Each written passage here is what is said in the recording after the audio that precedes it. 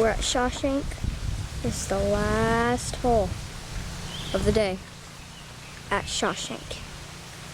This first up on the box, Claire Stillwagon / my brother.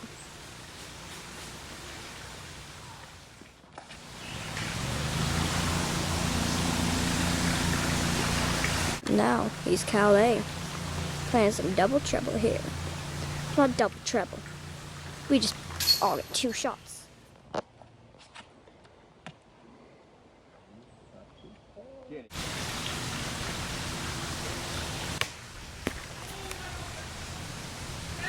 Yep. Yeah, you're safe. It hit the tree. Landed perfectly in bounds. Almost went out.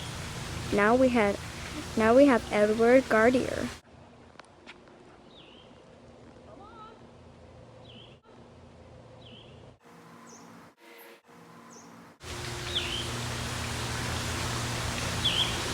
It would be nice to see a black ace today, but fortunately, is it on?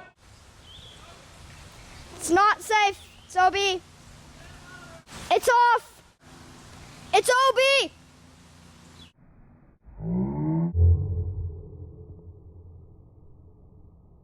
The Fling Show. The Fling Show. Y'all wanna know about the mystery of flight. You wanna hear about the scene done right. So kill your TV and just come outside. We're gonna take you on a beautiful ride. The Fling Show. The Fling Show. The Fling Show. The Fling Show. The Fling Show. 2 minutes. 2 minutes. 2 minutes. 2 minutes. Oh, wow. What a great show we're going to have today, folks. I cannot wait for y'all to get to hear what Matt Stillwagon has to say about this upcoming weekend and us moving forward here in Houston, Texas, and playing some competitive golf, which I know all of y'all are going to be really interested in. So I look forward to him coming on in a few minutes. Before that, I also want to announce that next week's guest is going to be the one and only Texas Hall of Famer and our local legend here in Houston, Texas, Andy Young from Spring Valley. She's said that she's going to come on and speak to us, and I'm looking really forward to that, because if anyone knows the history of disc golf in Houston, the state of Texas, Louisiana, California, all the places that she's influenced in the past, it's going to be a great time. I hope y'all all have the opportunity to tune in next week as well. But until then, I really look forward to her coming on. There are a few things before we get to the show. PDGA has released that they are having their new elections. 2 board positions are open for election, with numerous positions within your state, county, and local area. So if those of you are interested in maybe applying for those positions, please go to pdga.com, look at the qualifications, fill out the applications, and hopefully we can have large participation, because it looks like a lot of people in this area are going to be very motivated about what we're going to do moving forward after COVID. And if you'd like to have a say in that, please take the time also to maybe run in those positions that I know that they're desperately needed to be filled. But until then, keep the disc in the air, that's for sure. How you doing, David? I'm doing great, man. Been busy, staying busy with the arts and getting some stuff out into a show at a local coffee house, and just keeping busy, working on the logo for our little Fling show here, and happy to announce, as you know, that we'll be taking pre-orders this week, and by the time this airs, it'll be Friday, so you'll already hopefully know about it. But we're gonna have some merchandise. We're starting with some shirts, and we've decided on some Houston Oiler baby blue for our first run.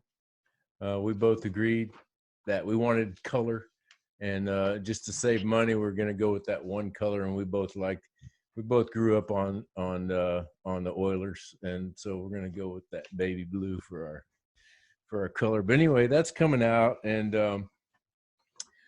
Looking forward to. I've been getting my basket cleaned off, and I've been getting my little putting game dusted off, and I'm ready to start. I had a dream that I had thrown down a big score in a big tournament, and I was in the lead by multiple strokes over a bunch of really badass players. So it kind of got me going. I was like, I need to get to that level where I can. There goes Chris again. Go ahead. I'm still here. I love it when he falls out like that. But anyway. It looks like he really falls. But anyway, so I'm motivated by this dream about playing disc golf, even though I haven't played that much. But anyway, I just want to welcome again to the show, Meridith. How you doing? Good. Thank you. Woo. So great to be back. Stop falling, Chris. I'm just kidding. I know. So I don't know if y'all remember Pixie talking about that new pullback that she was working on that Trevor taught her, but hey, I've been doing it and I leveled up and I'm so thrilled. I'm so thrilled to get out there and play more, and I'm excited for a little bit of normalcy. I am social distancing, but yes. Got out and played. So when, like, a friend of mine texted me this question. He found a no-name disc that was too stable for him, basically, and he was asking me, how do I throw something that's that beefy and keep it on that line? What's the trick there? I said, well, trade me that disc that you can't throw and get something flippy. That's what I told him. But I mean, Yeah. what was the answer? I didn't know how to answer it really. How do you throw? No, that's perfect. Yeah, I mean, and if he's that new, maybe even a mid to get him started with, or putter throwing, to get consistent before stepping up to a driver. Yeah. Yep. Well, I hey, think a lot of times people get discouraged because they're trying to throw such stable disc and they don't understand and they just think they suck. But really, it's I was looking for a deep philosophical message to text him, but then I just said, just trade me that thing and get something flippy. I think that is the answer sometimes. Just awesome. Throw what you know, or throw what works for your throw at that level, I guess. But hey, let's bring on Matt. I'm really excited to talk to Matt and find out what's going on in the disc golf world, because I haven't been playing that much, and I'm excited to. I hope Claire is here, because I loved the footage that Claire filmed for us, and I know Meridith. We talked about Meridith has got a couple of questions for Claire. But, yes. Anyway, so let's bring them on. Let's see what's going on with these guys. Welcome. Hopefully some Claire Bear. Yeah, I hope so. What's going on, Matt? Not much, guys. What's up with y'all? What's happening? Matt. Hey, what's up, Mayor? Hi. How are you? Good. Is Claire Bear here? Hi. Claire, there you are. Oh, the star of our show. Let's be still. Welcome to the show, Stillwagon. Thank you. What's up, Claire, Claire? I'm going to start us out. Not much. Can I ask you something? First of all, I have to admit, Claire, you've been playing longer than I have. I bet. So what is your favorite course? Wherever, because I know you've been around. It's definitely not Woodwind. Not Woodwind. What is your Woodwind. favorite course? Spring Valley, probably. I thought you would say that. That's awesome. That's what Courtney said. Andy's gonna be so thrilled next weekend. We got next week. You got to share with her. So Hey, Claire. What do you enjoy more? Do you enjoy more playing, or do you enjoy more commentating and videoing disc golf? Honestly, any one of them. Oh. Hey, you remember on that day at Shawshank, do you remember I told you I was going to make a little montage and I was going to put it on the show? I did it, right? Yeah, I saw it. Were you happy? Did you like seeing it? Mm-hmm. Hey, next time we'll hook you up with a tripod, or at least, a single tripod, because that was my fault. Yeah, you're shaky, but I mean, that happens with a video camera. That's just the way it is, unless you have a tripod. But you did great, man. And that commentary was amazing. It made my day. Spot on. Thank Yes, yeah. it was. And I wanted to Great. see a black ace that day too, and it didn't happen. Yeah. You sound a lot like your dad right next to you when you commentate on disc golf. Very much like that. I tell you what, very straight. Yeah. Yeah, it's great. Well, thanks for So being on moving our forward, show. Claire, do you see yourself playing a few tournaments coming up? What are your thoughts about disc golf as far as playing? Well, I do see myself definitely playing juniors. Mhm. We might do the Young at Heart. We saw that they just announced the rescheduled date for that, and that's a tournament that Connell and I won many years ago, and it's a tournament in Austin that I highly support. The club's always supported it and everything, and I think this year maybe Claire Bear and I'll take a stab at it together. Hey, Matt, you did Kiddo Caddy. Yeah. Is that what you called it? Yeah. I used to do a similar thing in Kansas, and I think you may have seen the Facebook post when we were standing on hole 1 at Waterworks. Nice. We used to take those kids, the same group of kids around, and that's just one of the highlights of my disc golf career was hanging out with kids, watching them play disc golf, and same with your kids, hanging out with your kids, and on the course when Claire caddied for me that one day. You remember that? You pulled my cart around. Mhm. See, I remember that stuff. That's the good stuff in life, in disc golf. Your dad, but your dad does a really good job of bringing his kids along and making them suffer through 18 holes or 23 out at Shawshank. But they're not suffering. That's the thing, Matt. Like, there's no kids out there like Matt's kids. No. Like, Yeah. appreciate that. No, They're well-mannered. happy They get to that have- from their mother. We're It can't happy be to have coming the from me. Stillwagons in our neighborhood for sure. We Oh, it's a appreciate pleasure. it. Yeah. Oh, man. we appreciate Although it. I think Claire might say sometimes being around her big brother sometimes is a struggle for that long. It really is like all the Yeah. Hey, you know what? I thought it was hilarious when you said Connell Stillwagon / my brother. I was like thinking, yeah, she probably wants to slash her brother. That was awesome. Especially that day. Your Little your knuckle. commentary was spot on, and we look forward to having some more of that stuff. And we want to feature you. We want you to be our correspondent, our junior we go. correspondent. Thank you. Yeah. So appreciate it. So now we have to listen to your dad talk for a while. Thank you, Claire. Thanks, Bye. Claire. Bye. Keep it coming. More videography. Okay, yeah, I will. All right. Thanks, Matt. Hey, no problem. Always a pleasure. Always a pleasure. How you doing?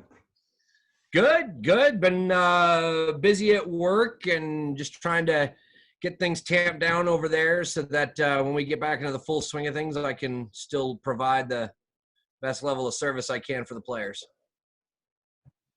Excellent. Chris, you had a question for Matt?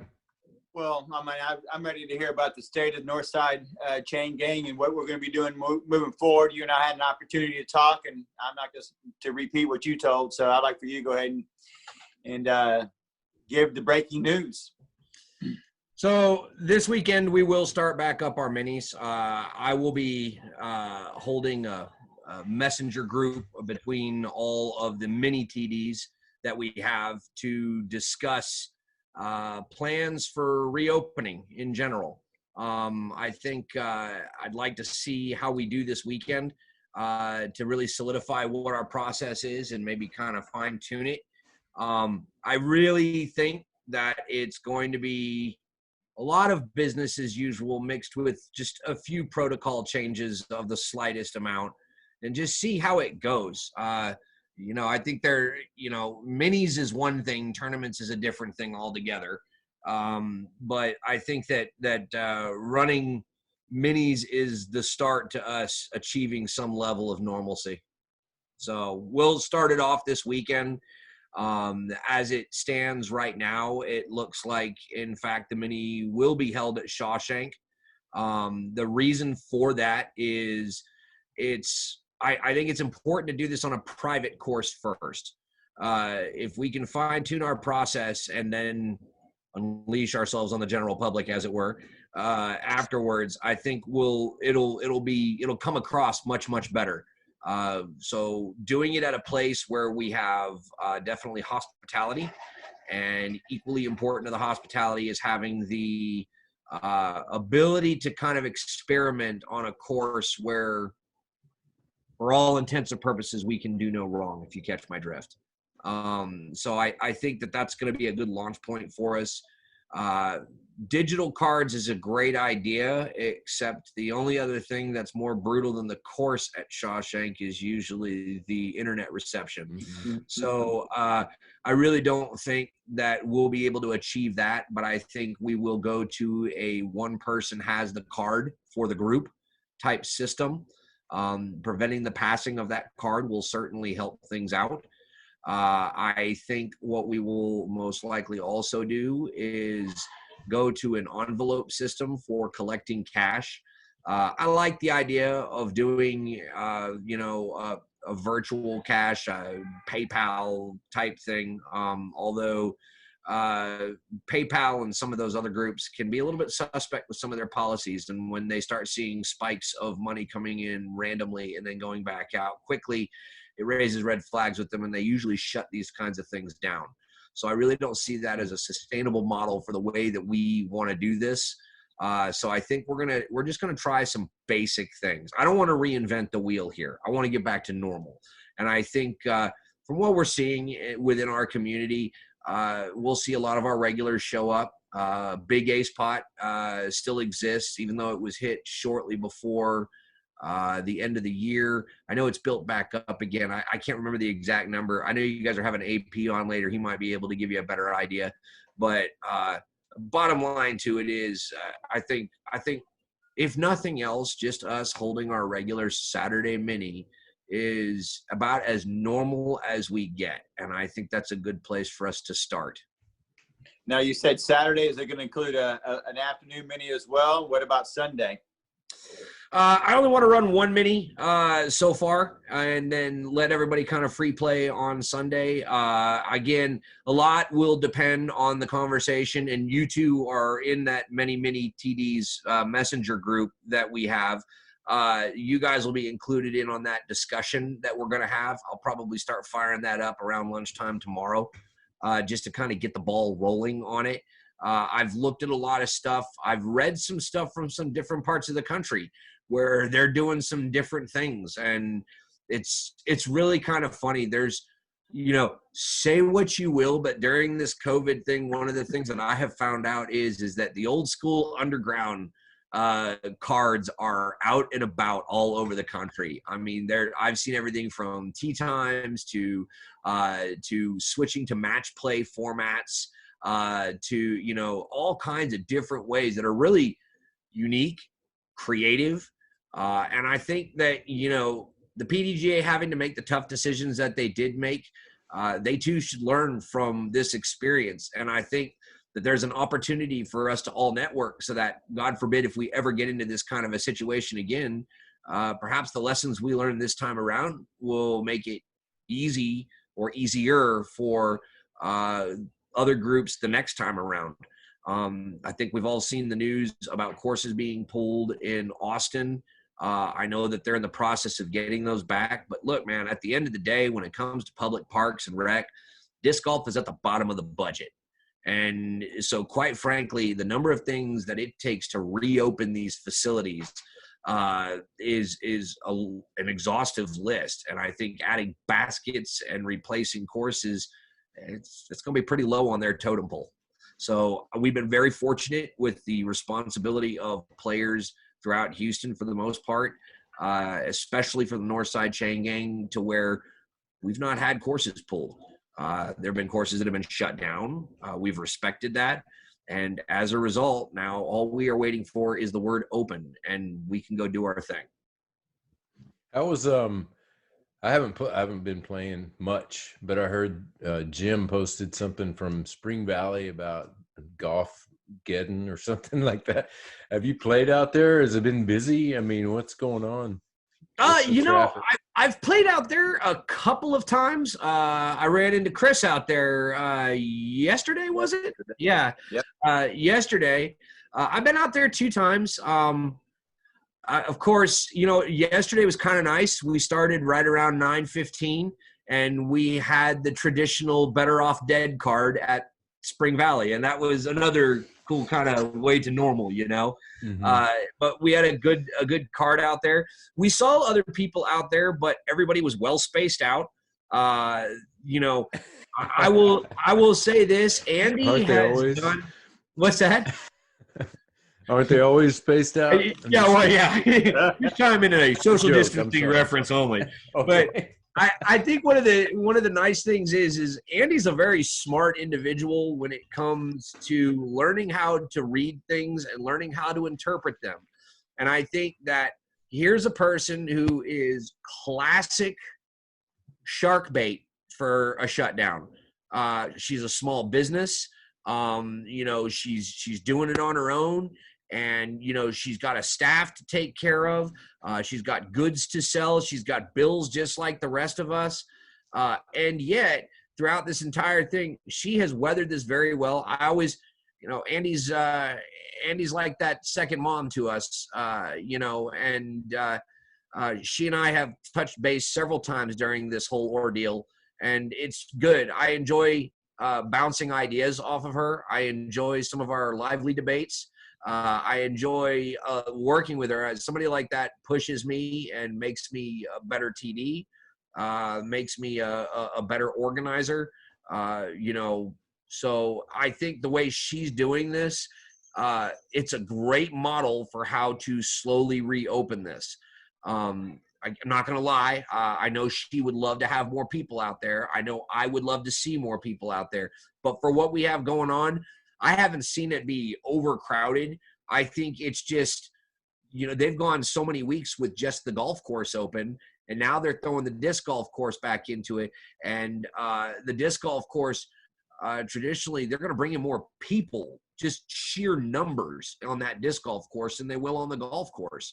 And so I think that's probably the disc again that he was talking about happening, is just the idea that it was a slew of people coming in, you know, versus what they've seen over the last few weeks. And I said it in my post on the Northside Chain Gang a couple of weeks ago.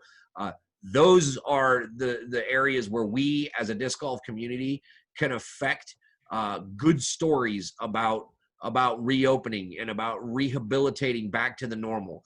There is no more loyal of a consumer than a disc golfer that finds a company that supports disc golf. And here she is, a disc golf small business. And I think if anybody's going to see it through, she will, and she'll certainly have the help of the Northside Chain Gang and the local community to make it happen. Hey, Matt, let's switch gears real quick. You and I also had a discussion about something that's important coming up. 2 things. The drive, the membership drive, like you go ahead and give some information on that, and then follow up with the elections coming up for Northside Chain Gang. Okay, so let's start with membership. You know, interestingly enough, Chris, I got to give you credit for creating this brainchild with me. When y'all first started up the show, you and I had a very good discussion, and I love talking disc golf with Chris. He can look at things from a business standpoint, the political standpoint. He can look at all of it and digest it very well. So I have good conversations with him. And, you know, he brought up a good point that I later saw echoed through a lot of social media, people that were frustrated or questioning whether or not the PDGA should prorate or refund or not charge for memberships. And for this year, next year, whatever the case may be. Options is what they were looking at. And the general thing is that membership dues are not refundable via the PDGA. That's their policy. It makes total sense. It's a big part of their business.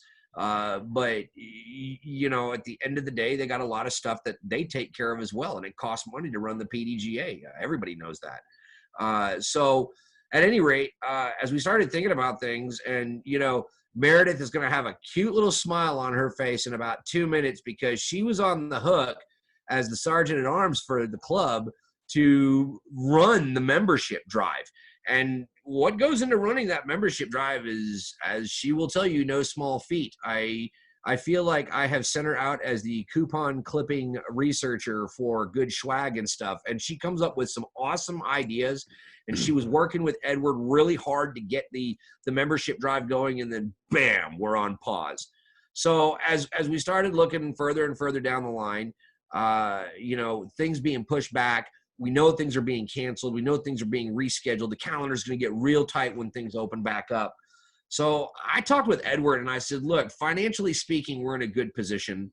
Why don't we do the right thing here and let's just cancel the membership drive and extend people's membership through the end of 2020. We'll go into 2021 and hold our next membership drive. We'll take new members. We'll definitely take new members because there's a lot of people out there who have delayed becoming a club member because they wanted it to time up with the membership drive itself. But we just think that overall, even though it's a small, minuscule amount, we felt it was important to quote unquote give back by just saying, look, you're all members, and we know that we have some people that have been fortunate enough to work. We have had some people who have gone through severe cuts in their hours, some people who just had their jobs just gone. And the last thing I want is your sanctuary, your club, to be something that you worry about during this time. So we have waived renewal membership fees for 2020 into 2021. We will hold our membership drive next year. But in the meantime, if you want to become a new member, please contact Meridith. She'll get you all hooked up. She does a great job, and we are always welcoming of new members. So that's pretty much the membership drive. So how does that go about? What's the step there, Meridith? Like if someone wants to become a member, what do they do? If you're on Facebook, you can find me on Facebook under Meridith Giere. If you, I can follow the comment on this show as well. Message me. If you can email me, it's SEWMERI@gmail. SoMary@gmail.com. And we'll put that on at the end of the show as well. We'll put that on as a sponsor and a credit as well. Yeah, absolutely. And so what do they get? I mean, besides. So we have a Northside Chain Gang shirt. It's like a dry fit shirt. A Northside Chain Gang towel. You're going to get like a bottle cap bag tag. Yeah, and then your year membership. Yeah, I think it's great, Matt. I mean, when I was editing, when I realized I must have not been paying attention when you said it the first time. But I was like, oh my God, it just hit me like a ton of bricks. Are you wearing the shirt, Matt? No, I'm not. I'm just wearing a blue shirt, but yeah, it is blue like that. As a matter of fact, it has our logo on it and on the front and the back. It's a real nice shirt.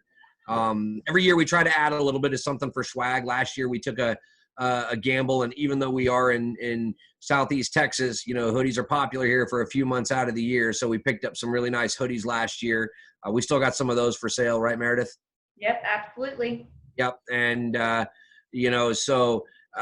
being a member with us is a good thing. It gets you more in tune, and it gives you up-to-date information on what's going on, be it fundraising, be it, tournaments, either sanctioned, unsanctioned, just more of the general deal. And in all honesty, every bit of what we have goes back to the players.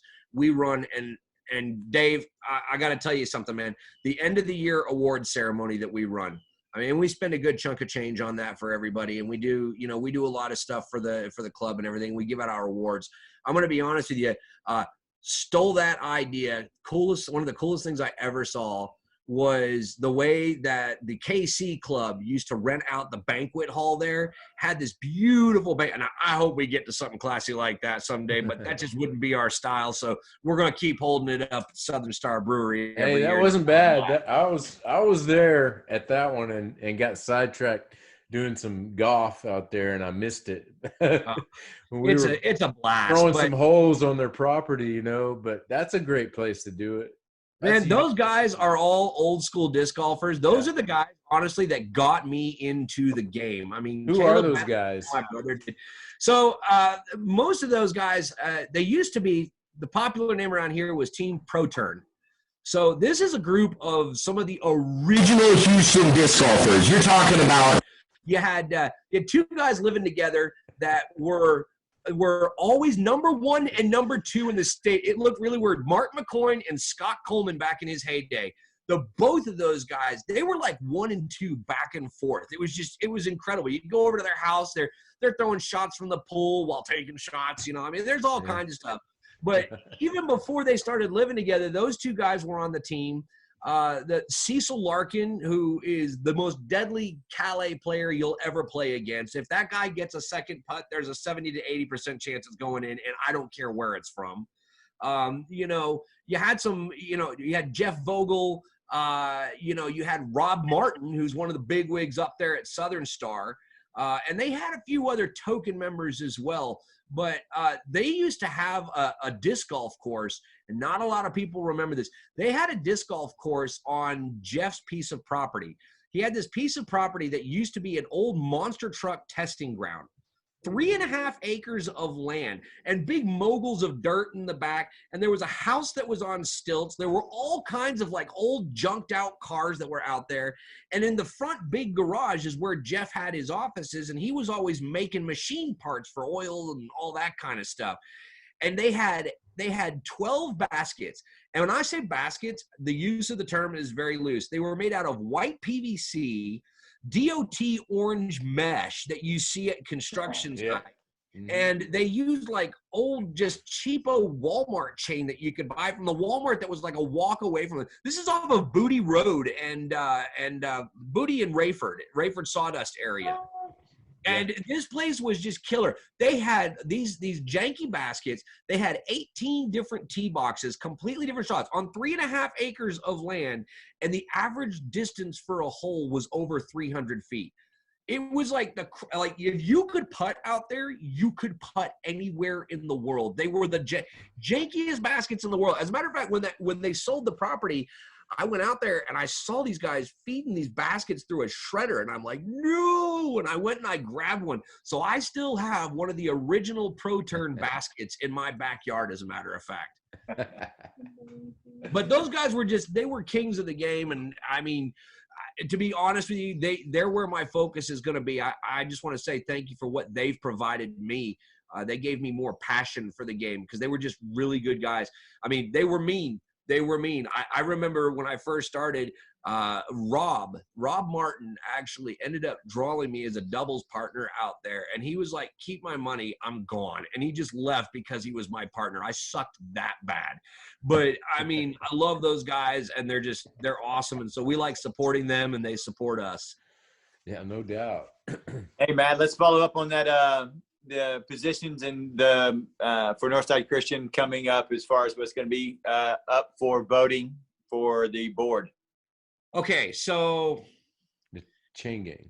If you're voting, if you have never really kind of investigated our page other than to watch the Jerry Springer show and a few announcements, then you've probably missed the most important post on that page. It's the pinned post at the top, and it is in fact the club charter.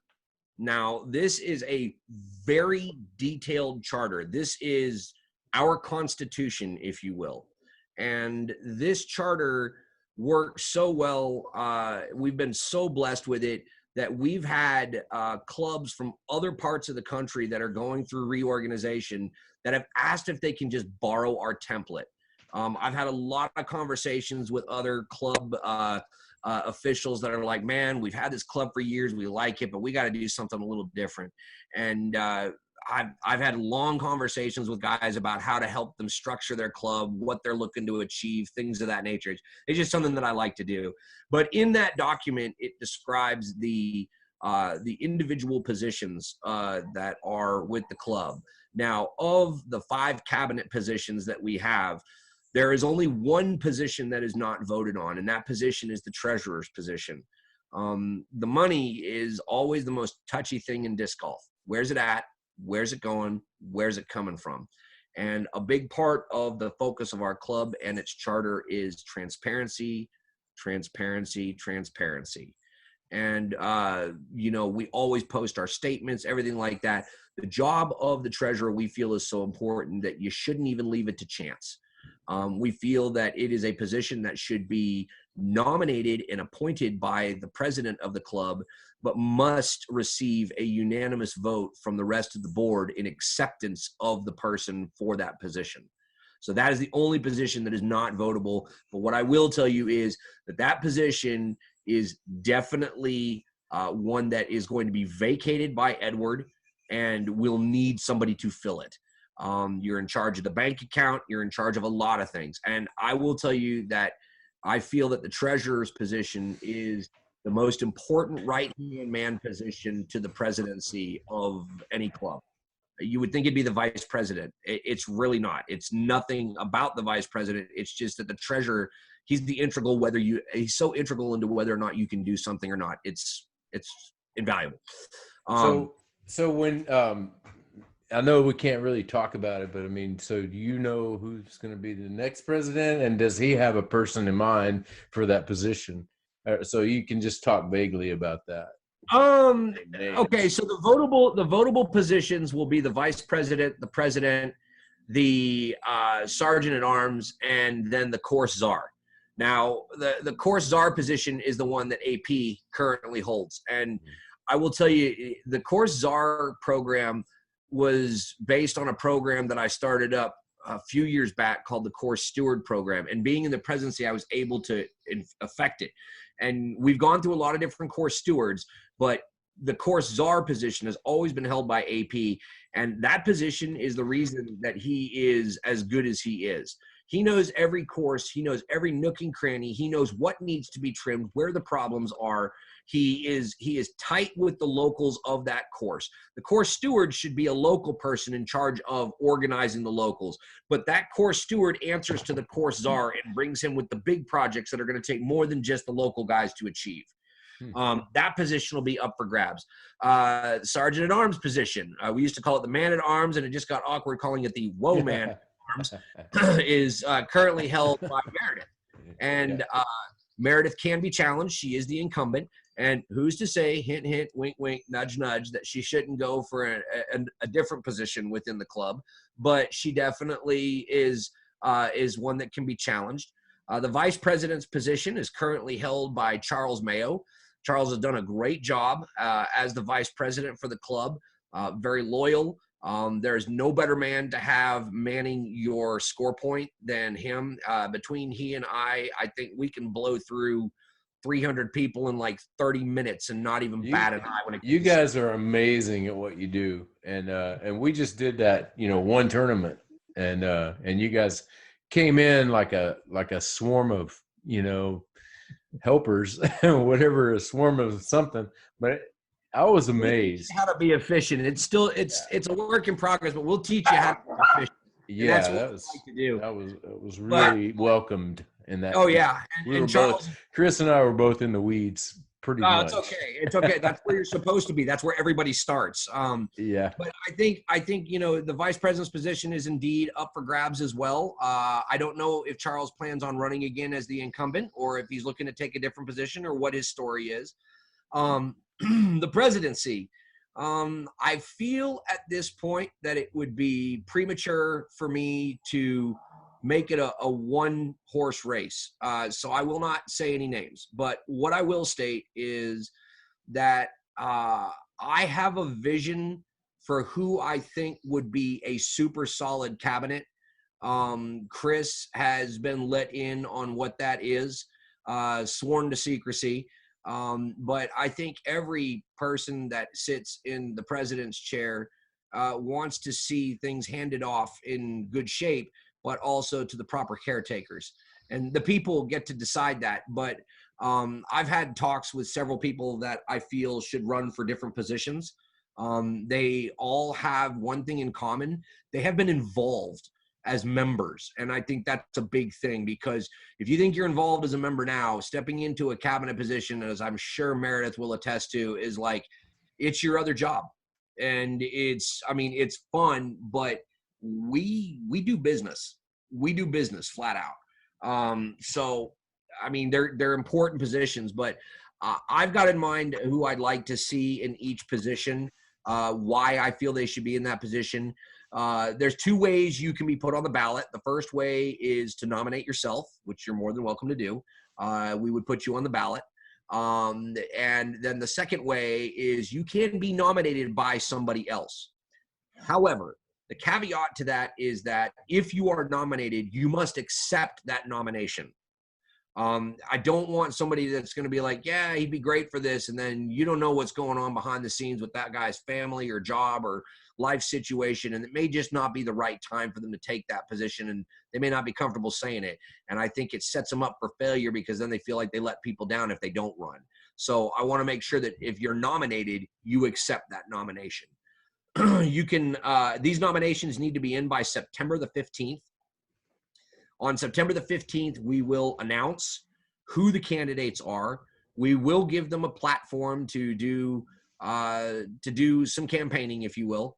And then in November, early November, we will have a 1 week long election period. All members are encouraged to vote. It's your club. If you want to see it go in a direction, you should see it go in a direction. So do your part.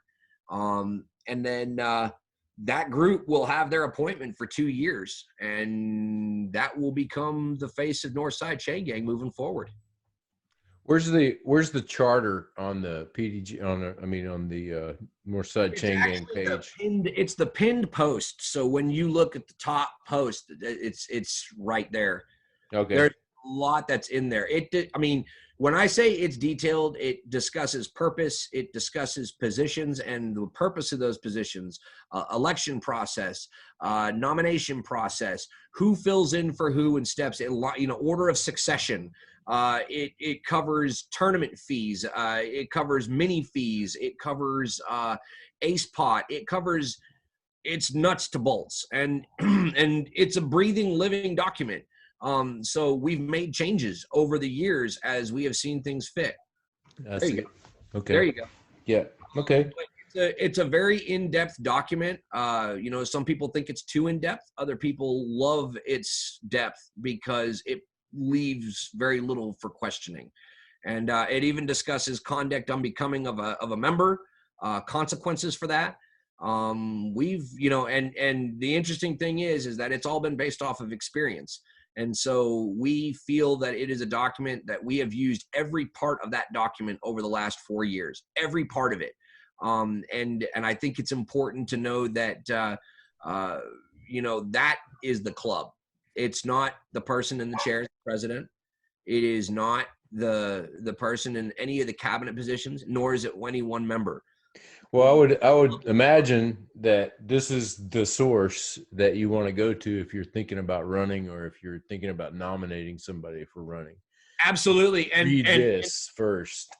Yeah, and I think it's also important that anybody that intends to become one of us should start attending meetings when we get back into the swing of having meetings, because as Meridith will tell you, there's a lot that goes on in those meetings. We have a good time with them. We get a lot done. There's they get heated, they get fun, but it's important. It's the nuts and bolts of how your club works. If you want to know why something got pushed through, be at the meeting. We always provide a synopsis of the meeting within 24 hours after having the meeting. It includes all the financials, including expenses and income. And the entire thing is, if you think about it, for all intents and purposes, we're like a publicly traded non-profit group, you guys are part of it because you're paid members. Good stuff.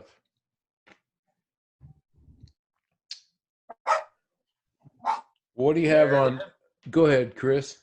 I was going to let Meredith. I keep waiting for Meredith to ask a question. Oh. She knows all the answers. She's at those meetings.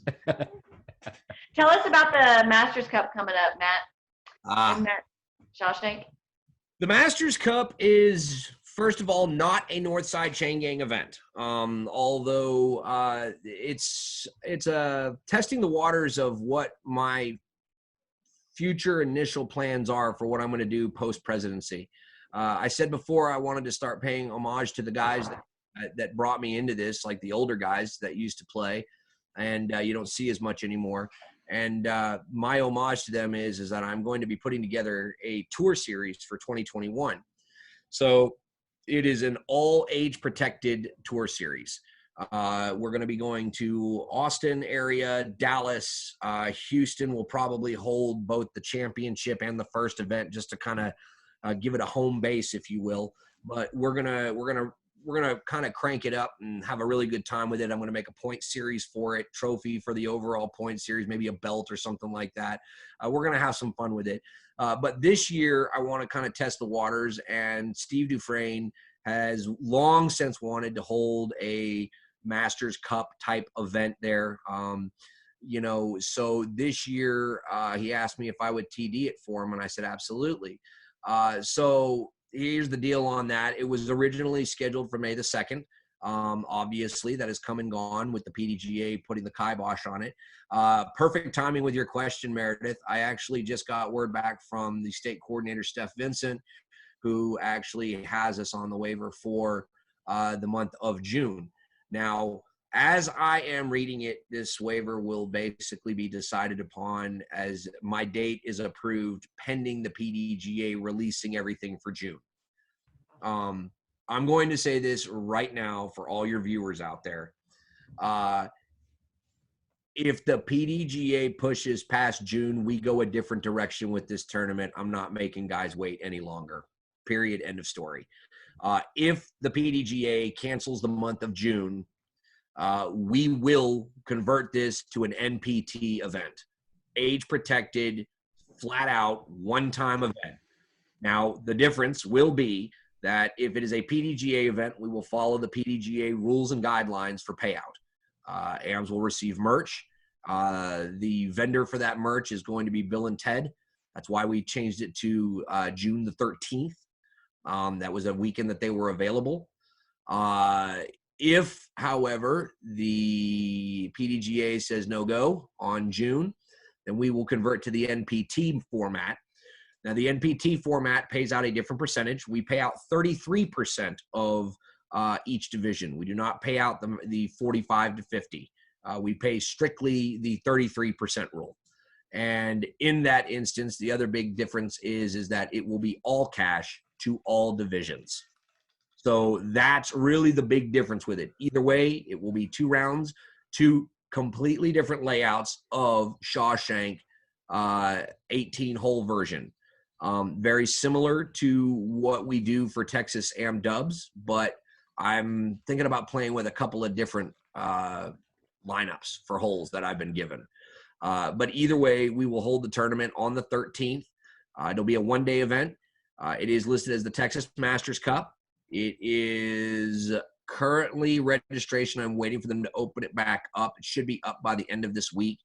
And then we will extend that to the 11th is when we will accept the last amount. Now, because of the COVID stuff and because of the fact that Steve Dufresne's parents are getting a little old, we want to make sure that we protect them. We have limited this event to 80 players, period. My goal, so everybody knows, is to run cards of 3, not cards of 4. It sounds ridiculous how much simpler that is, but it actually puts you that much more in compliance. And in my experience, 3 cards make for faster rounds, period. So I think there's a benefit to it either way. Are you looking at tee times or how no, it will be shotgun start. Yeah. Shotgun start, especially in the heat of the day. You get to, in my opinion, with Texas summers being the way that they are in June, having a bunch of old guys with tee times is really going to upset some older guy taking a 4 o'clock tee time at Shawshank in the middle of that heat. So if you know anything about NPT events are run very quickly. We don't have to adhere to the 1 hour rule. We've got a more sensible, flexible amount of time. The average NPT event usually is out of the parking lot by 4 o'clock, period. All right. I want to follow up real quick with that. And I didn't even think about this until you just talked about the PDGA maybe canceling until June. What are your thoughts about leagues moving forward?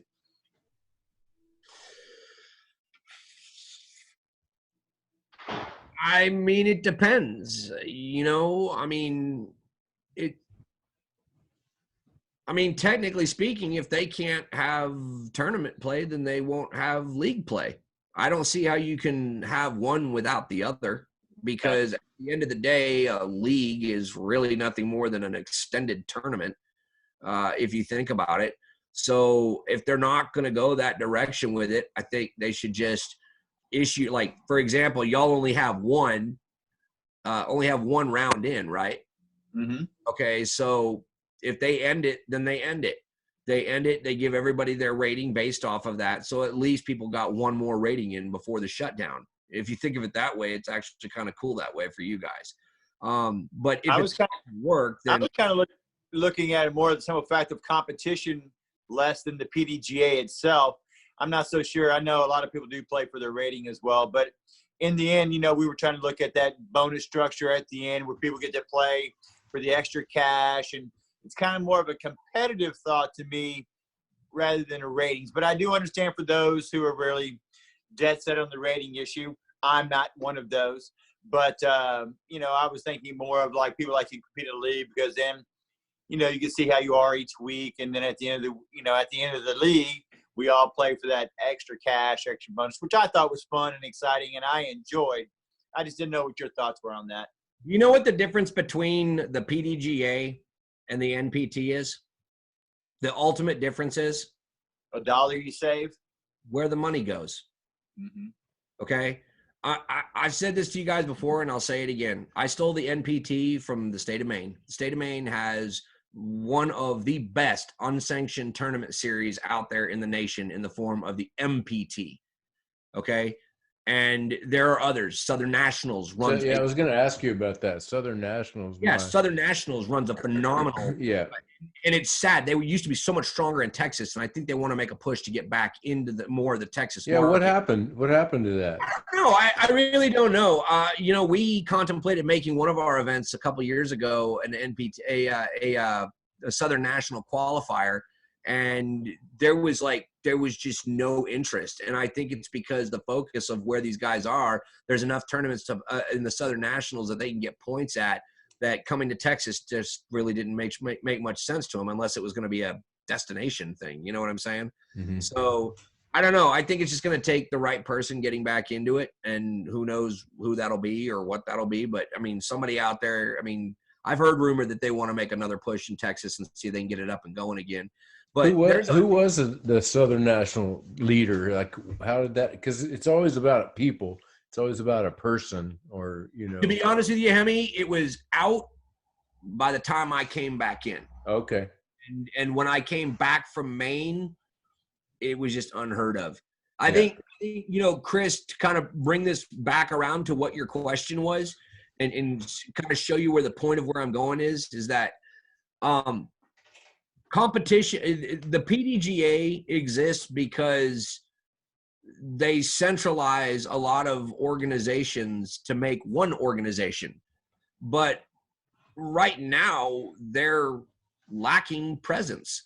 And as it is with any market, where there is a void, there will be a filler. And I will say this, if you take away, and this is important for Houston, because Houston is a very, very strong PDGA city. But there are a lot of places in this nation that are not strong with the PDGA, but yet they're strong with their disc golf, and they've got a good model. And so what I'm going to say is that your view on the rating and being important to people is accurate, but that's because the PDGA has such great support here. I don't want to dethrone that, but if they're going to keep pumping the brakes, then I'm going to fill the void, because that's what the market wants. Yep. NPT. People want to play. They want to play. They want to get out there. They're itching. You know, they are. They're just ready to go. From people I talk to all the time, and I'm in communication with a lot of different golfers. You know that as well as I do. They're out there, and even David, he's the same thing. He's like, you know, I got the same $60 sitting in my pocket. I can't wait to spend for the next time to get out there. And there's a lot more people like him that are just waiting. And they're waiting for Northside Chain Gang to make that move and that decision. That's why I ask you, for our sake, because I think that McKinney is going to move forward one way or the other. But obviously, we've got to follow the lead of the club right now. And that being said, what's the follow-up question with what's going on in the Woodlands? They seem to be the only ones dragging their feet right now. The only ones who have not reopened their courses. Harris County has done so. Montgomery County has done so. Huntsville hasn't shut down. You go all the way up to Tomball. What's going on there? The Woodlands is slow to react when it comes to disc golf to begin with. Okay, they're slow to react. Bear Branch is on its 4th incantation as a course design on the same piece of property, and I think Andy said it best during the last one. At the end of the day, it's not the right piece of property, but it's what we've got. That being Bear Branch. You've got Terramont, which Terramont had potential, but has just, despite getting its work days that it has had, it's just not a good piece of property. I see that as a putter course, and I wish somebody would listen to what I have to say about it. Just a par 2, and don't use the up and down blind shots. Use the hill for nice little, putter die, make it or die or roll away. So you can bring some kids out, you can bring some families out. And I like that idea, but then again, I will say this: I really think that the 8th hole on that course is one of the best disc golf holes. Great hole.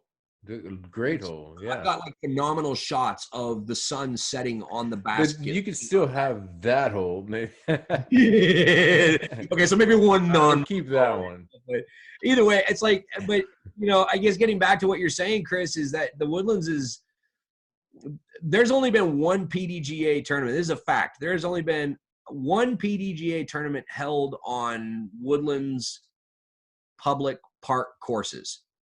The only other tournaments that are held in actually the Woodlands are the tournaments that we've held at Stonebridge.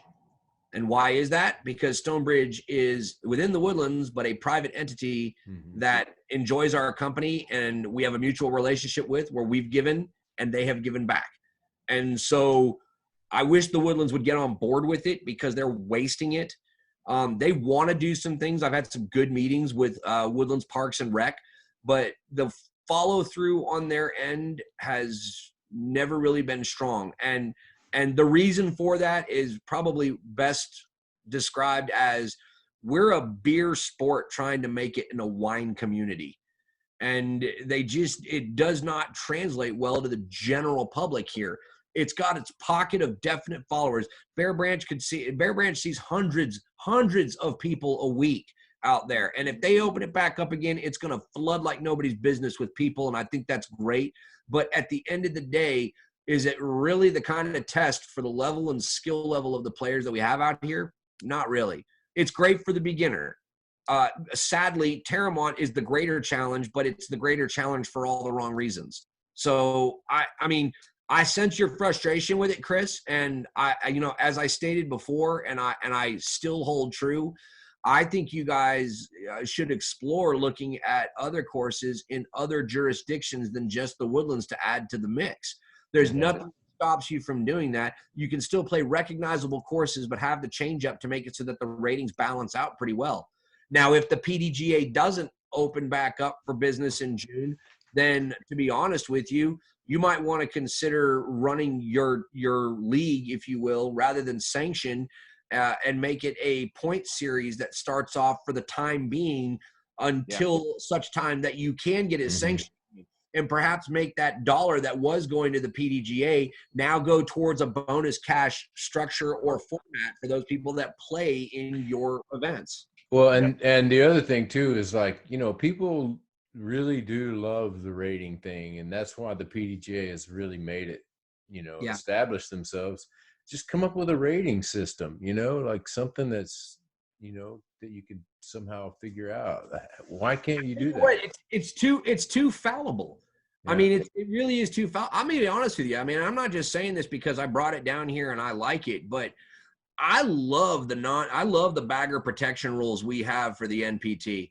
I mean, that in and of itself takes the ratings crap right out of it. For these golfers that are ratings based, you're only allowed to use your rating to determine your positioning in an NPT event the first time. After that, your performance dictates whether you stay in that division or you must move up. Yeah, I got no problem with that. I'm a big fan of that one, Matt. Yeah. You know how I feel about that because we've got way too many golfers that don't golf enough, but their skill level is up here, but they play down here because they're rating. And I understand. I get it. I'm not here to crack nuts about that, but it is somewhat defeatist to those of us who are really at that level competing versus those that we know they're much better than their ratings are. We all know that. And I'm glad that you move them up because their performance dictates them being moved up. And I appreciate that. Sure. And that's why we combine our divisions for our minis too. Intermediate and rec should be playing together. Why? Because the intermediate player who does well is going to get bored making chump change and he's going to want to step up. Okay. Whereas the rec player that's on the border, he needs to taste a little bit of victory against that next level of competition. You stick yourself in a box and for a long enough time and you can't seem to find the lid to open it up and step out. And I think that combining those divisions gives the players the confidence to move up. And as they gain more confidence moving up in a less formal format, they've got a better sense of where they actually belong and rating be damned, this is where I'm going to play. And I think that's an opportunity. Yep. I agree. Well, Matt, I always appreciate you coming on. I know that we're going to have you on in the future again as this thing moves forward and as these courses open up and as these tournaments begin and we get back into somewhat of a swing of playing. Normalcy, we'll never know exactly what that's going to be. I don't think it's ever going to go back to what it was before. But I know I can't wait, and I know that most of our viewers cannot wait for us to all move forward with this. And we appreciate you coming on as usual. And thank you for your insight. And we look forward to having you again, that's for sure. Man, it's my pleasure, you guys. I love it. Well, hey, another thing I wanted to say too is sorry about last time we had our interview. We had some technical difficulties with the image, and so I didn't put it out even as an audio. But what you brought to us tonight, and it's really, it's perfect. And guarantee you, we'll have it out soon. And Friday night is the airtime, so we'll have. And you guys are welcome. Claire Bear can join and watch herself at the beginning of the show, and we loved having her and appreciate you sharing your kids with us, man. And not just here on our show, but in general, bringing them out to the course. I'll tell you what, there's an old saying that it takes a village to raise a kid. And I got to be honest with you, disc golf has been my village to raise my kids. And so I appreciate you guys for making my kids into the people that they're becoming as well. So thank you guys for sharing my kids with me. Hey, man, we're going to bring on AP. You're welcome to say hi to him. I'm going to skedaddle, grab some dinner here. But what's up, AT? You boys take it easy. Thank you so much. Thanks a lot, Matt. All right, I appreciate it, bro. I'll talk to you soon. All right, buddy. Hey, how's it going, guys? What's up, AP? There he is. What's up? There he is again. Not much. And he's outside again throwing. Holy cow. How's that? Playing with perfect. birthday round. Trying to get that birthday race. He's still out there trying to get it. He's already seen two today, right? He's already seen two, right? He saw one from Ricky and one from the other 7-footer, Peter, right? Hey, Marcus. Happy birthday. Happy birthday, Thanks, man. guys. What's going on? Happy birthday. Thank you very much. Hey, Mayor. Too sad that everybody else is getting aces on your birthday. You ain't got one yet, huh? You'll get one. You're going to get one on the show for us. Yeah, I'm still trying. All right. I'm not giving up yet. Here's AP. From Mcdade? Yeah, we're at Mcdade. We're on old 9 now. Awesome. Yeah, keep filming Marcus because I'm feeling it. Yes, it's going to happen. It's going to happen. It's definitely going to. He's got a few. He just moves 2 feet on hole 8. Dang. How are y'all doing, though? We're doing great, AP. We just got off of interviewing Matt, and I just want to follow up on some of the things that he had talked about. Seems like that you're going to be moving forward with the mini this weekend. What are your thoughts on that? You pretty excited about the club finally getting back into action? Oh, hell yeah. That's awesome. Well, I know people have been asking me left and right when we're going to start having minis, and whenever we have like 5 or 6 people at a course, like, are we having a mini? It's like, no, we're just playing. But yeah, I'm excited. I can't wait. It's going to feel good to have,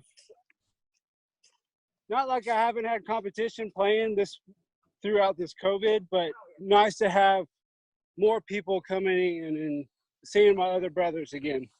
Well, hey man, I had something that popped up while Matt was talking, because I've never been a big fan of the match play thing, but something lit a fire in me when he said that term, and I'm thinking we should like start something up and get a little match play happening. Yeah.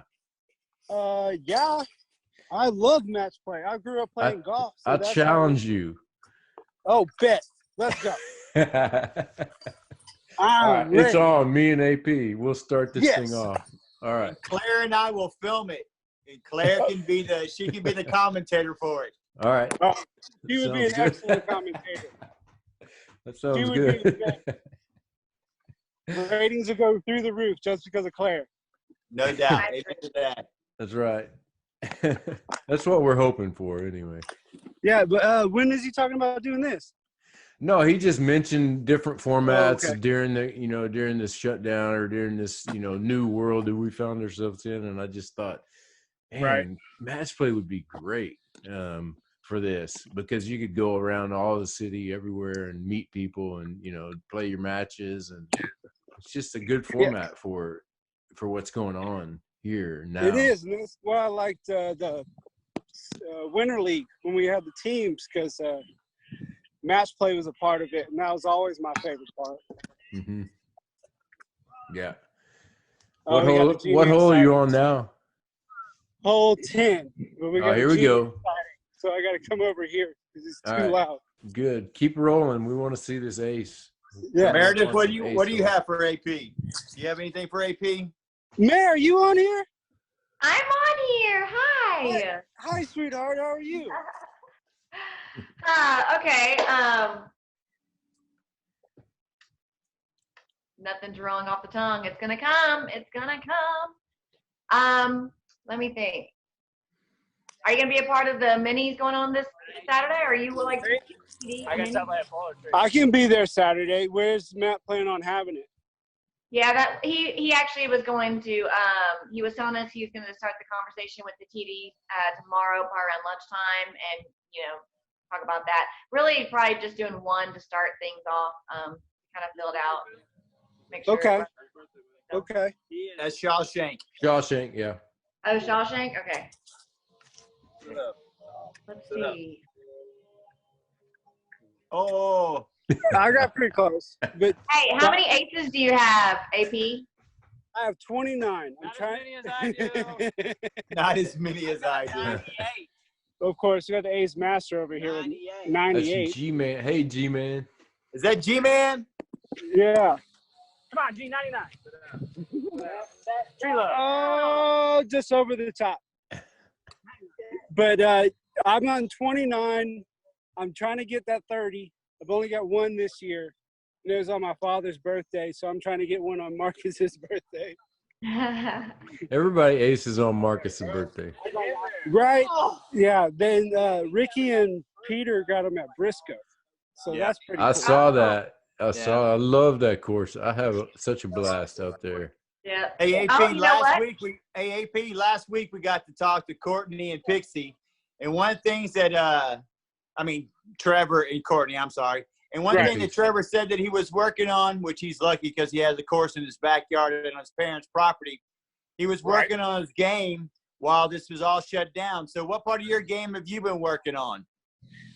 I've been focused. I've been going through a bunch of my discs and figuring out which ones work better for me, like for power, for tunnel shots. I've been going back and forth between Mcdade and Little Egypt. And I'm feeling good. I'm feeling the best I have in a while because of this. I don't know what, because I guess I've been playing almost every day. But I've been sharpening my tools, and I'm feeling pretty good. Like earlier, I was 6 down through 8 out here. Wow. Parking holes, but we had fun, and I got in a little lull. I just need to work on being consistent. That's my next goal. How's the putt? How's the putt? The putting has gotten a lot better. I moved back to the challengers again. Nice. I know you like that, Hemi. They're Yes, definitely sir. working. And the Paige Pierce Fierce, surprisingly, it's stolen a spot in my bag because it's good for them long jump putts from about 40 to 80 feet out.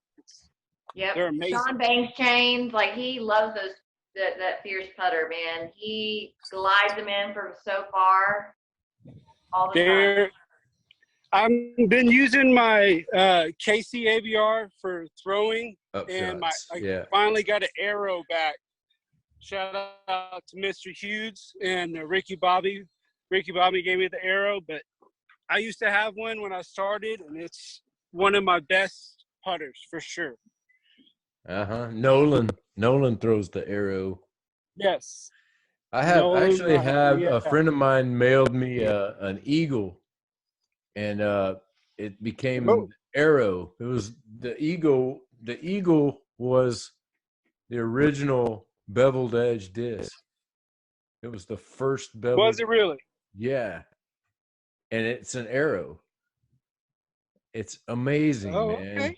It's amazing. Of course, we took it out of the bag and threw it in the parking lot. It's a 150. Yeah, because it's pretty. And scratched it's a it bigger up. diameter disc. Yeah. But anyway, so yeah, I definitely love the arrow. I need to get one back in my bag for sure.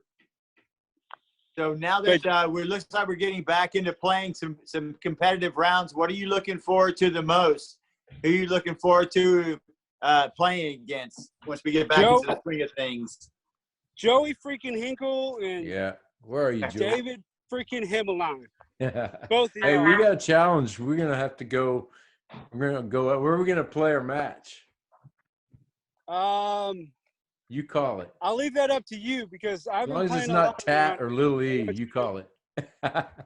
You want to do Little E? There's not Tat or Little E. Okay, not Little E. Okay, let's do Evergreen. No, we can do anything you want. It doesn't matter. I haven't played Evergreen in a long time. I've never played Evergreen. Okay, then that's not fair. I think you should play Spring Valley where you have some of the long and the short. You got some of the finesse and you got some of that length.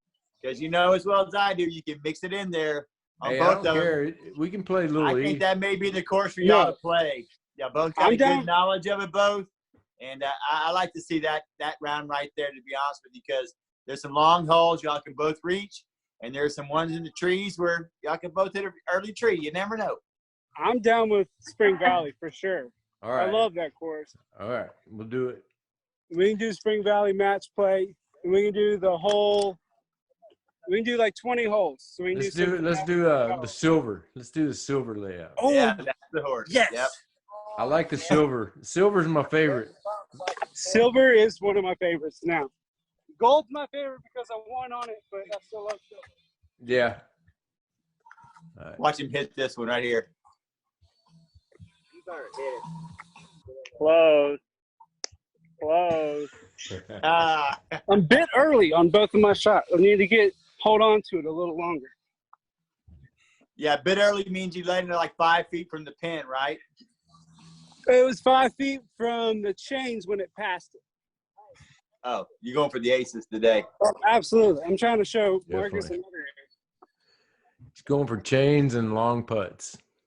Yes. What we do now, we were talking earlier with Matt and Meridith in regards to Northside Chain Gang's new elections coming up for the changing of the board members. Are you going to be putting your name in the hat coming forward, or is that something you need to wait on a little bit before you announce it? What are your thoughts moving forward with the club?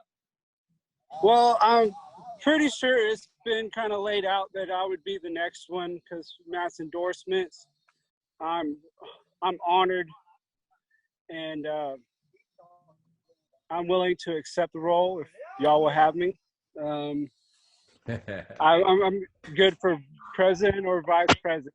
I think there's a couple other guys who want to take over my spot for Corsar, and I believe they'll do a little better job than I have this last year. Kind of slacked, not to be honest.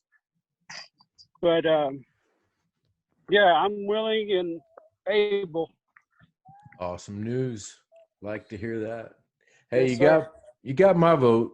And anything I Well, can do to help you get that I position. appreciate that very much. I'll do your logo, I'll do your advertisements, we'll do some video, we'll do some some Fling show video stuff, whatever you want to do. Now, I think on that topic, though, also moving forward, it's not just about the president; it's about the rest of the cabinet as well. Have you been thinking about some of the people that you may endorse and think about building your cabinet within? Are you pretty excited about some of the people that have the ability to take this club to the next level, especially after what Matt and you guys have done the last 2 years? What are your thoughts on that? Yes, I've been putting my feelers out there and talking to some folks about they want to join the team and help out, but there's nothing concrete yet. I'm still up in the air. There's still a couple more people I want to talk to. Man, that treasurer position is huge, you know. Yes, that's the biggest shoes to fill because Edward was amazing. Definitely. So what hole are we on now? What hole is that? That's old hole 7, new hole 12. 12. Okay, gotcha. The one yeah, right well, after before. speaking to Matt, he definitely is. It looks like he's very comfortable in the club moving forward in the direction it's going, and I think that he's pretty pleased with the fact that you. I know that he won't say it out loud, but I think that he is fairly happy with the fact that you are stepping up into that position. That is for sure. And I know David and I are definitely behind you 100% on that. And you've got our support, and we're going to help you out, as well as I do. So anything you need from us, we're there for you. That's for sure. And of course, I appreciate that very much, guys. And Matt's been trying to kick me and David in the butt about a few things too on the side. So just so you know. Oh yeah.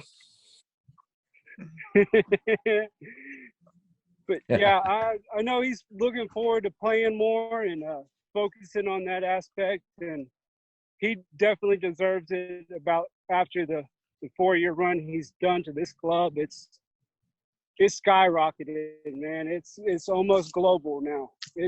We got a bunch of people in the U.S. know who we are, and it's unbelievable.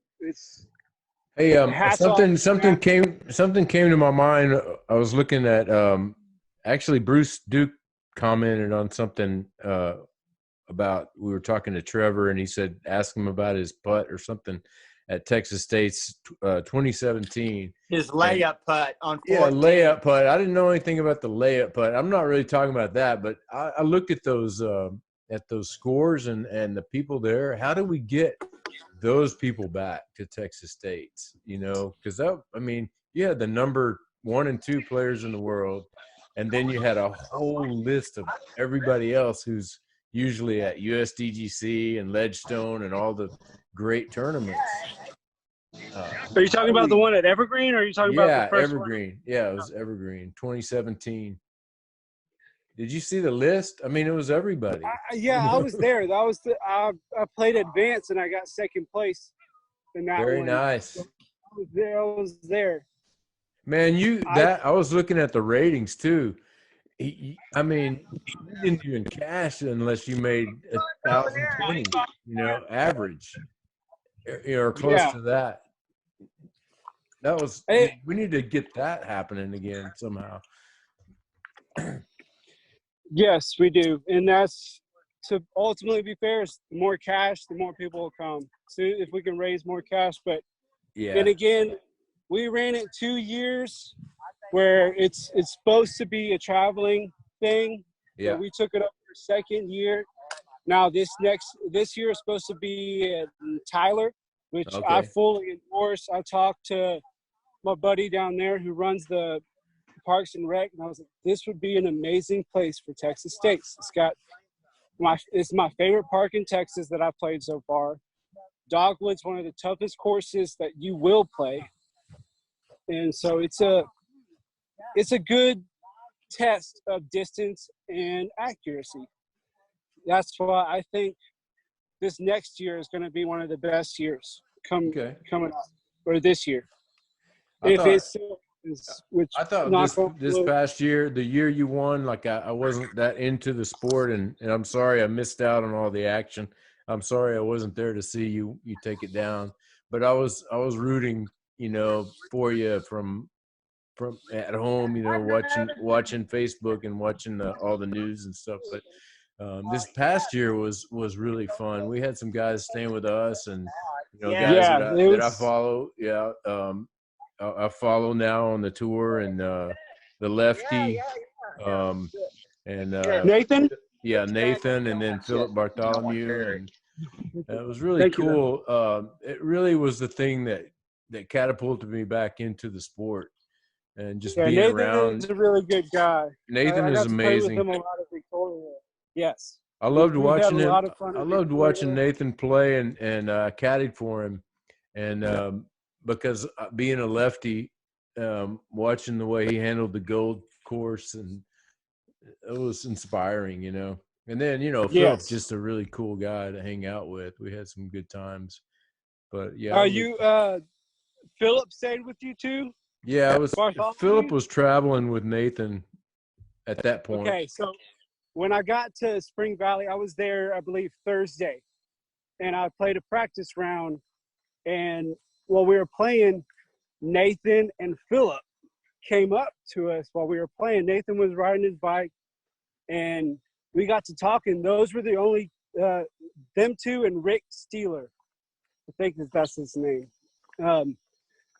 We played a round of putting, and I got to know them before I met anybody else, any of the other pros coming down, and we got a good friendship going on, and it was a lot of fun. And it went into finesse 5 to 7.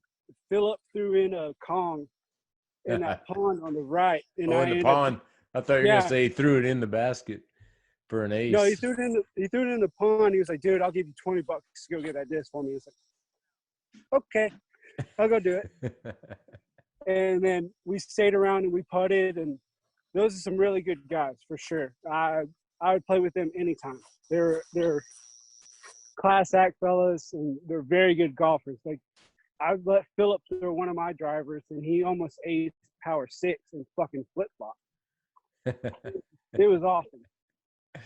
Yeah, they definitely reminded me of why I love the sport. Just hanging out with them for 6-7 days, and hanging out at the pool and putting around and stuff. It's just it really was. And then I caddied for both of them, and nice on different days, and got to do the U-disc thing, and I was new to it, and so it was funny because hole 1, finesse 1, we got to that hole, and Philip threw his in the water, and I saw it. We could see it, and I was trying to get it, and I was the one that knocked it further into the water, and so. See, that's me. I'm trying to run U-disc, and then I was in the weeds, and I told him, "Don't worry, I'll get it. I got in that water. It was cold and nasty, but I got that disc." And anyway, AP, before we lose you, because it looks like it's getting a little dark where you're at, I do have one question. If the PDGA does decide to cancel for the rest of the year, what are you looking forward to? Do you still going to be going out there to play some tournaments? Are you going to change direction and only play some minis? What are your thoughts there moving forward if that ends up happening? If that happens, I'm pretty sure that Matt and all of us will start running more of those Northside Players Tours, which is kind of like a sanctioned tournament, but it's all cash. So I fully believe that we'll be able to have some good competition, even if PDGA cancels the season. Yeah. So it's not going to break my heart, maybe a little. Yeah. but I know we're going to be taken care of regardless. And at the same time, some people will probably like it more because some of the AMs won't be playing for merchandise anymore. They'll be playing for cash. Yep, that's And true. It's a good point. So that's what we And all want. It could bait them into playing more open when the PDJ does start back up again. But absolutely, I'm not a psychic or anything, but I don't think it's going to happen. So I think we should pretty much start banking on the what does he call it? In the NPT? Yes, sir. Okay, awesome. Yeah, Northside Players Tour. Well, Northside Players Tour. I'm behind it. I need to learn the name, but I'm NPT. NPT. 3 letters. NPT. Thank you. Hey, Hey, I'll be editing this stuff. I'll learn it. The great thing about this is kind of bagger proof too. I know that's the best part of it. That's the best part of it. Exactly. Yeah. You get to play to your potential and not where you're comfortable. Then Matt and I talked about that earlier. Coming from a person who plays in the lower divisions, I do appreciate that. Even if I were to win, I would expect to move up as well. I do like that because it does take that bagger away, because you know as well as I do, there's a lot of talent in this area. Sometimes your rating is not necessarily indicative of how good you are as a player, especially certain courses that we have out here. So I do like that a lot because it definitely motivates that person that, hey, if you're going to win, then guess what? You got to step up and play against you two big dogs right there. Yeah. Yes. And I think that you should play to your potential and not to where you think you could, like, let's say, for instance, you play intermediate and you win by 4, but you should be in advance.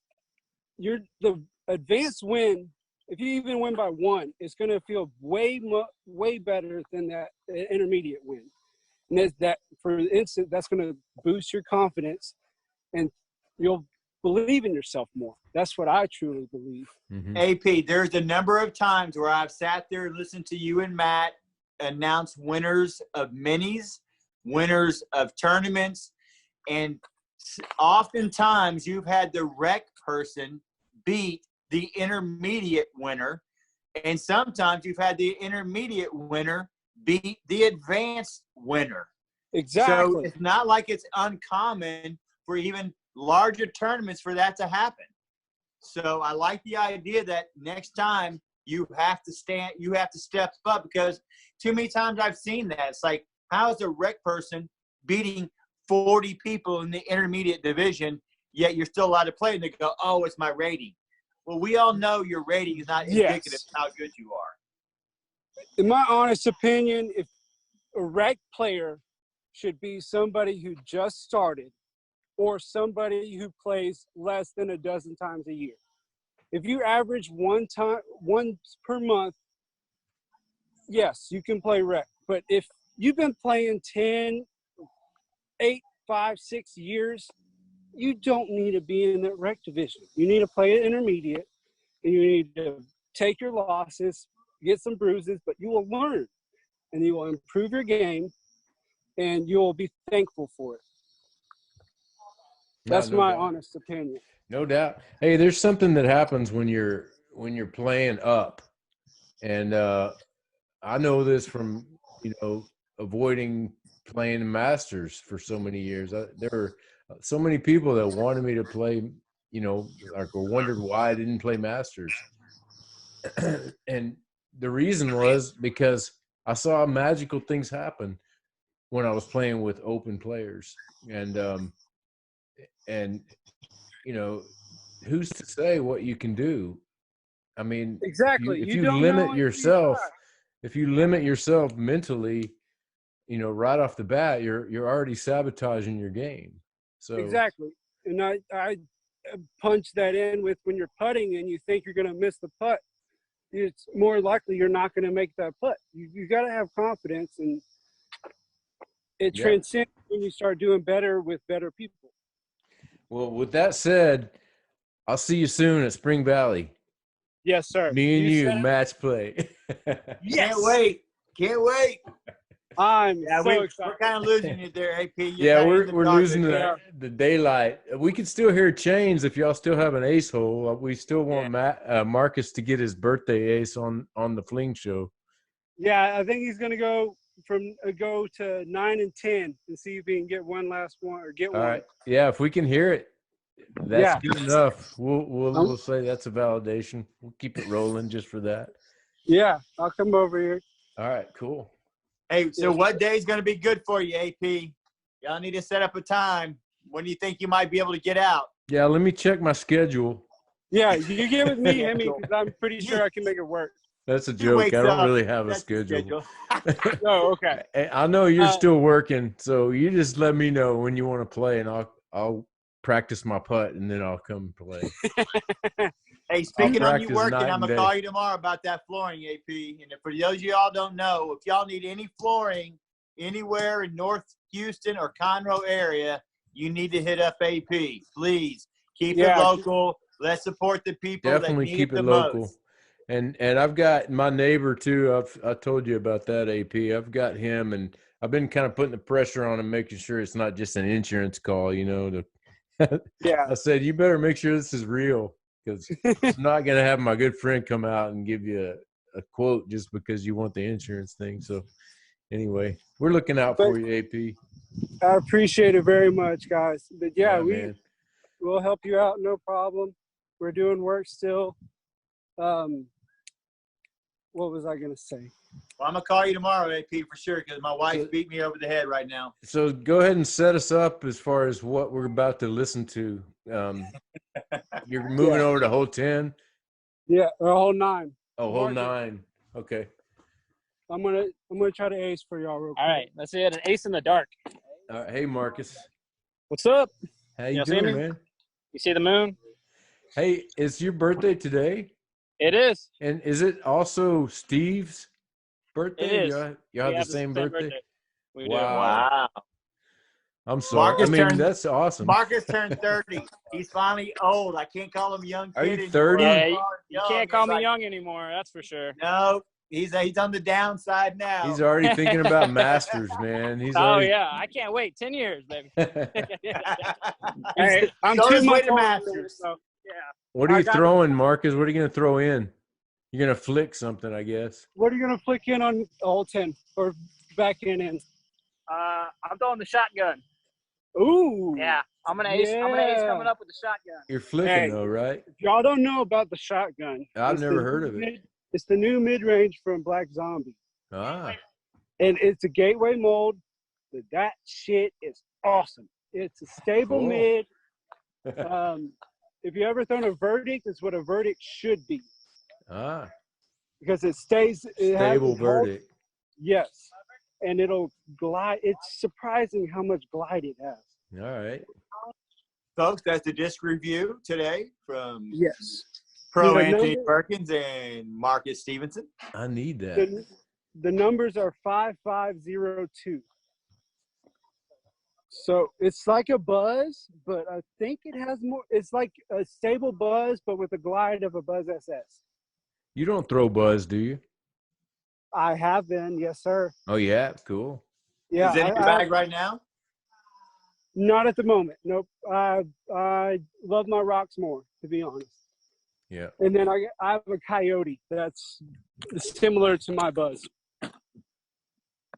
Coyote. Who makes it? Is that Gateway? No, that's Innova. Innova. They don't make it anymore. It's like the Mako 3 before the Mako 3 came out. It's his flippy mid. But I got a stable one that's money. Oh, really? Yes. But it's still flippy compared to your rocks, right? Oh, absolutely, yes. It's one of those molds that you could manipulate to whatever you want. If you throw it on a hyzer, it'll hyzer flip, go straight, and then hyzer out. If you hold it on an ante, it's going to hold that ante the whole time. It's a very underrated disc that they don't make anymore. I remember that mold. I know me and Mason Ford, I know Mason, that's his favorite mold. Coyotes. Chris and I heard some coyotes the other day on our walk. Mm-hmm. A pack of them. Yeah, I believe the wildlife is getting more active since all this COVID stuff. Yeah, it seems like it. It's been a good spring, man. It's beautiful out everywhere you go. It is. It's definitely a little humid. Well, no, It's not the hot moment, now. but it's been hot the last It's couple supposed to days. cool off the next few days. Right. It was supposed to get up to 92, and it's supposed to get back down to the low 80s, which is cool for Texas. Anytime you get in the low 80s for Texas, that's cool weather. Yeah, exactly. Definitely, I've yeah. always said in Texas, you maybe have 3 weeks of perfect weather. When I say perfect weather, that's like 75 to 68. Like Yeah, but we get it twice. You get it in the fall, and then you get it in the spring, which is nice. You got to get it 2 times. You get perfect weather. And our winters aren't that bad. Come on now. Our winters are – people laugh at our winters. What we winter? get it. Yeah, we call 50 degrees winter. It's I didn't 50. even put a Oh, hoodie it's on winter. this year. And we can't drive in it either. There's a bunch of people who freak out when it gets cold. Or Yeah. rain. Oh, yeah. The bad thing is Or when rain. it rains. They go over the Especially overpass, and they're like, what's on the other side of that overpass? It's raining. I haven't heard any ace yet. I haven't No, heard they're- anything. They're looking for a disc right now. I'm trying to okay. see if I can get this Hey, you see- flashlight on. You see Freddie lately? Yes, Maybe. I played with him yesterday. As Oh, a matter cool. of fact. Oh, good. Good. I was I wondering heard if Joey's not playing with anybody except for his girlfriend. Is that the truth? Yeah, at the moment, he has. Yeah. But he's been hitting me up asking for disc, and I know he's working on his game now that he has the mixed bag. And Yeah. I'm excited to see if his game's got any better or whatever. Because I know he's been missing that blue judge that he used to. Back 3 or 4 years ago, that mother, everything inside 60 feet. If you pulled out that blue judge, you're like, oh, shit, it's going in. That's pretty much anytime I play with him, no matter what he's throwing. Yeah, he took him a while to learn them disc golf putters, but he got him down. I think he still bags the focus. Yeah. Okay. Well, yeah, it looks like Dick was looking for disc right now. It might Nah. be too dark. All right. Well, we'll have to do it next year for Marcus's birthday. Yes, sir. He got it last year, so I think it comes every other year. All right. Well, there were 2 by the Giants. The Giants backed him up today. Yeah, they did. He just tell me he's getting too old to throw aces anyway. That's what happens when you get old. Once you turn 30, it's done. Well, hey, man. Well, fuck. Then I'm 30. I'm done. Well, hey, we can't see you anymore. We'll have to say goodbye. But thanks for letting us in on a little secret. We're really happy that that's the case. We won't say what it is. We'll wait for the official announcement and all that stuff. But yeah, man, we're proud of you and we're behind you.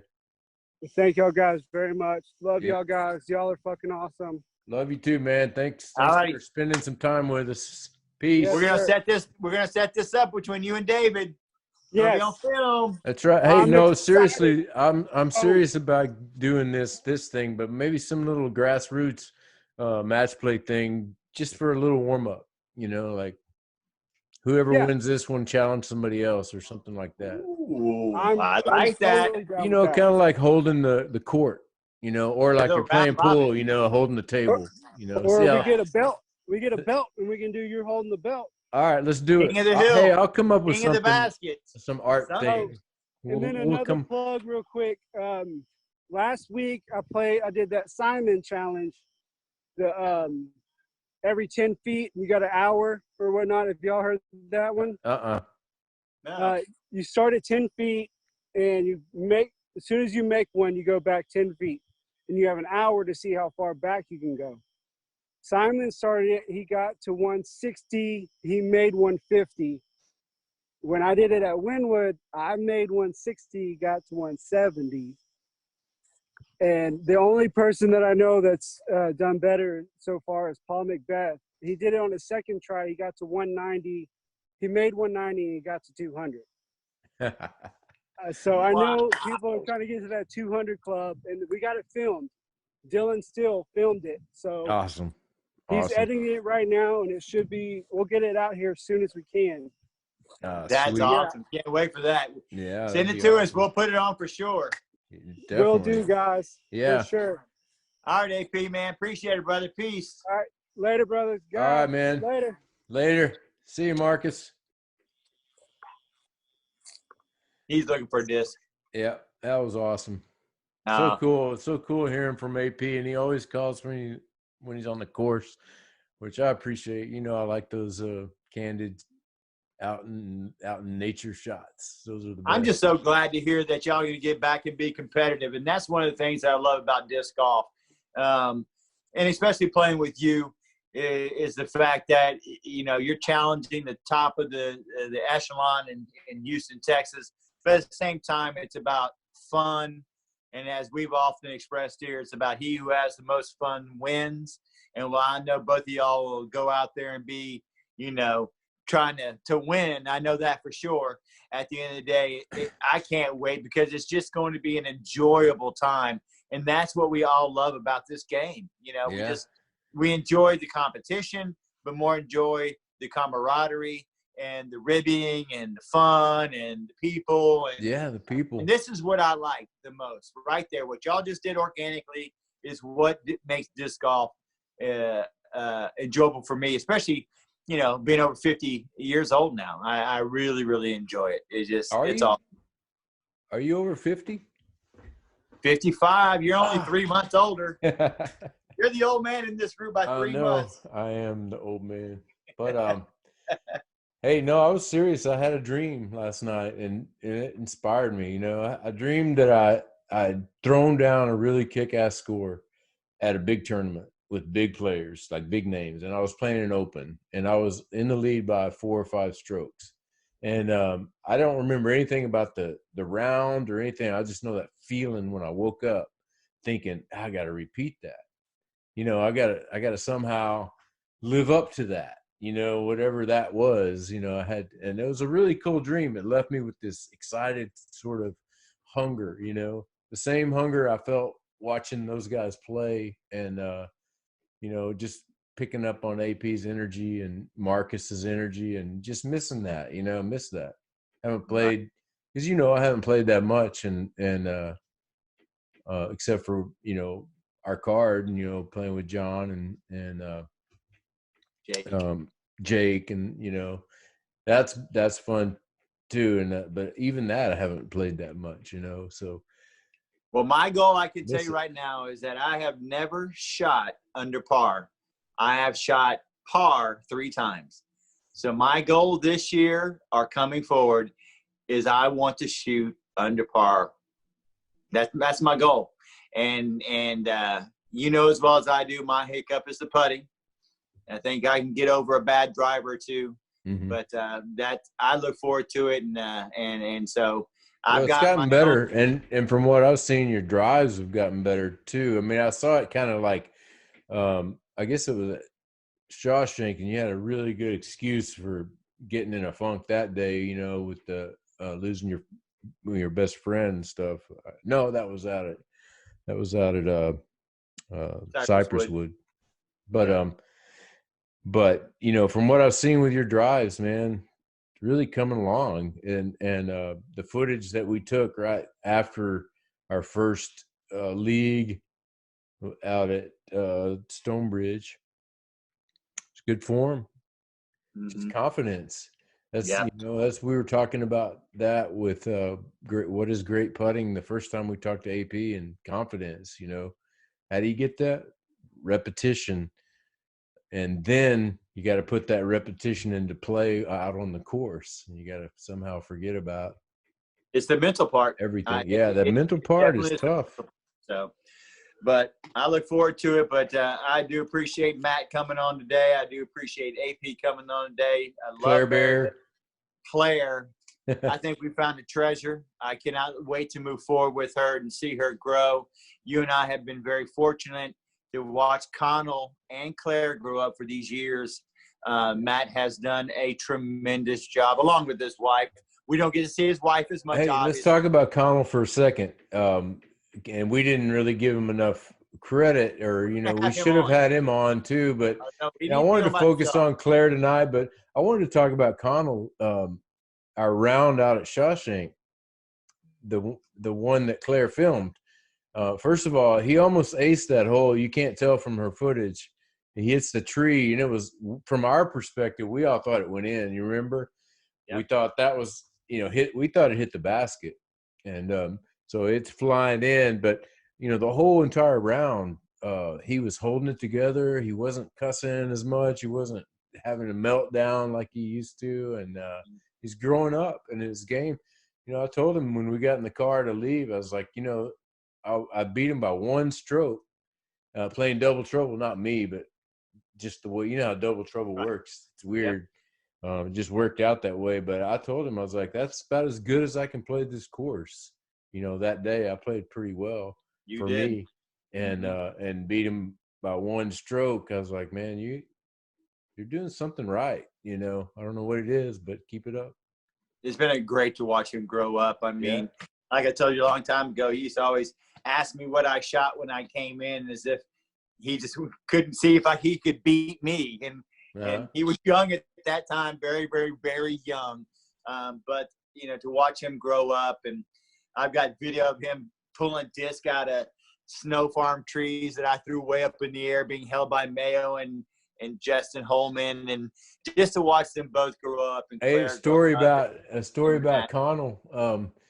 Long time ago, he was really young, and I was pretty new to the area, and I went out to Mcdade, and there was a doubles thing, random, and Connell drew me, and when we brought our cards in, nobody knew who I was really. His dad did, because he had met me in Kansas, but he's like, "Oh man, you got Hemi? Oh man." He's like, he wanted somebody else. Me and Connell shot 10 down and won it. And he was like this little tiny guy, But that was my first experience with Connell, and it was cool because I left there going, "See, kid, see what we can do, what old guys can do." Yeah. Well, you have to give me a little break on that, because like we've said before, there's just so much talent in this area. Yeah. They give you a run for your money, and you give them a run for their money, but you have to admit there's a lot of talented players. Oh yeah. We have in this area. Definitely. All right, brother, man. Well, it's always been great. Our usual. We're going to do this again next time. Andy Young, Hall of Famer, disc golf legend in this area. I'm looking forward to it. But par usual. Yeah, I feel like we've been ramping it up to the Andy. We've been teasing the Andy show for a long time, and I'm looking forward to that. Just so much we could talk about. We'll have to narrow the field of focus, because there's so many things that we could talk about. We'll have to find something that'll fit within our 1 hour time slot, which we went way over it today. Which is fine. It's just the way it worked out. AP couldn't be with us, on the scheduled time. Plus, we had much more to work with Matt as well. But thank you guys for being on our show. We had a blast tonight. Thank you, Chris. Thanks for hanging out. You bet. And par usual, man. Yeah. Your putts stay in the basket. Peace. Peace. The Fling Show. The Fling Show. Y'all wanna know about the mystery of flight? You wanna hear about the scene done right? So kill your TV and just come outside. We're gonna take you on a beautiful ride. The Fling Show. The Fling Show. The Fling Show. The Fling Show. The Fling Show.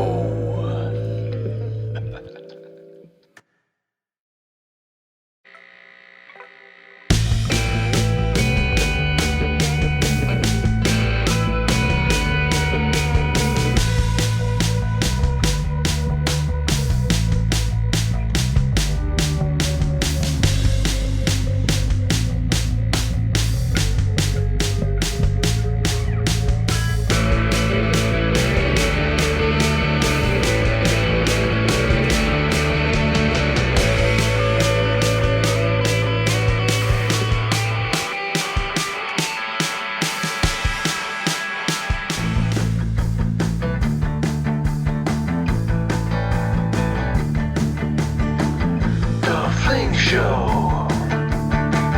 The Fling Show. Y'all wanna know about the mystery of flight? Y'all wanna hear about the scene done right? So kill your TV and just come outside. We're gonna take you on a beautiful ride. The Fling Show. The Fling Show. The Fling Show. The Fling Show. The Fling Show. The Fling Show. The Fling Show. The Fling Show.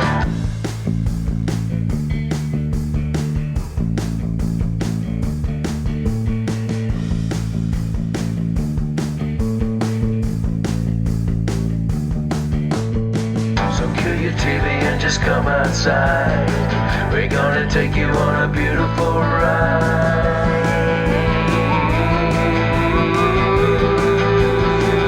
The Fling Show. The Fling Show. The Fling Show. The Fling Show. The Fling Show. The Fling Show. The Fling Show. The Fling Show.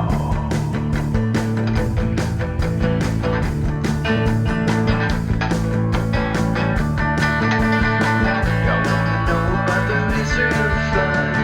Y'all wanna hear about the scene done right? So kill your TV and just come outside. We're gonna take you on a beautiful ride.